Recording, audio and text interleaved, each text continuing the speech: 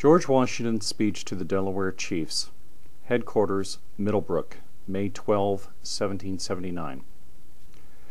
Brothers, I am happy to see you here. I'm glad the long journey you have made has done you no harm, and that you are in good health. I'm glad also that you have left all our friends the Delaware nation well. Brothers, I've read your paper. Things you've said are weighty things, and I have considered them well.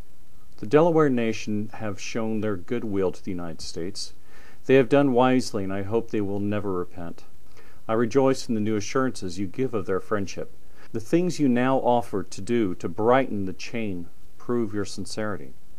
I am sure the Congress will run to meet you and will do everything in their power to make the friendship between the people of the states and their brethren, the Delaware nation, last forever. Brothers, I am a warrior. My words are few and plain, but I will make good what I say. 'Tis my business to destroy all the enemies of the states and to protect their friends. You have seen how we have withstood the English for 4 years, and how their great armies have dwindled away and come to very little, and how what remains of them in this part of our great country are glad to stay upon 2 or 3 islands, where the waters and their ships hinder us from going to destroy them. The English, brothers, are a boasting people. They talk of doing a great deal, but they do very little. They fly away on their ships from one part of our country to another, but as soon as our warriors get together, they leave it and go to some other part. They took Boston and Philadelphia, 2 of our greatest towns, but when they saw our warriors in a great body ready to fall upon them, they were forced to leave them.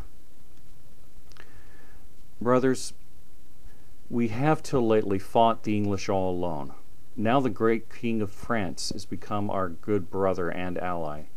He has taken up the hatchet with us, and we have sworn never to bury it till we have punished the English and made them sorry for all the wicked things they had in their hearts to do against these states. And there are other great kings and nations on the other side of the big waters who love us and wish us well and will not suffer the English to hurt us. Brothers, listen well to what I tell you, and let it sink deep into your hearts. We love our friends, and we will be faithful to them as long as they will be faithful to us. We are sure our good brothers, the Delawares, will always be so. But we have sworn to take vengeance on our enemies and on false friends. The other day, a handful of our young men destroyed the settlement of Ondagas. They burnt down all the houses, destroyed their grain and horses and cattle, took their arms away, killed several of their warriors, and brought off many prisoners, and obliged the rest to fly into the woods. This is but the beginning of the troubles which those nations who have taken up the hatchet against us will fill. Brothers, I'm sorry to hear that you have suffered for want of necessities, or that any of our people have not dealt justly by you. But as you are going to Congress, which is the great council of the nation, and hold all these things in their hands, I shall say nothing about the supplies you ask. I hope you will receive satisfaction from them. I assure you, I will do everything in my power to prevent you receiving any further injuries, and will give the strictest orders for this purpose. I will severely punish any that shall break them. Brothers, I am glad you have brought 3 of the children of your principal chiefs to be educated with us. I am sure Congress will open the arms of love to them, and will look upon them as their own children, and will have them educated accordingly. This is a great mark of your confidence and of your desire to preserve the friendship between the 2 nations to the end of time, and to become one people with your brethren of the United States. My ears hear with pleasure the other matters you mention. Congress will be glad to hear them too. You do well to wish to learn our arts and ways of life, and above all the religion of Jesus Christ. These will make you a greater and happier people than you are.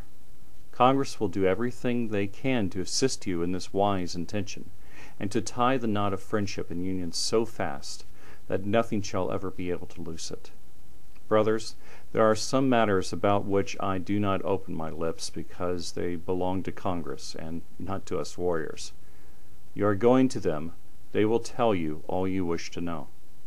Brothers, when you have seen all you want to see, I will then wish you a good journey to Philadelphia. I hope you find there everything your hearts can wish, that when you return home you may be able to tell your nation good things of us. And I pray God that He may make your nation wise and strong, that they may always see their own true interest and have courage to walk in the right path, and that they never may be deceived by lies to do anything against the people of these states, who are their brothers, not always to be one people with them.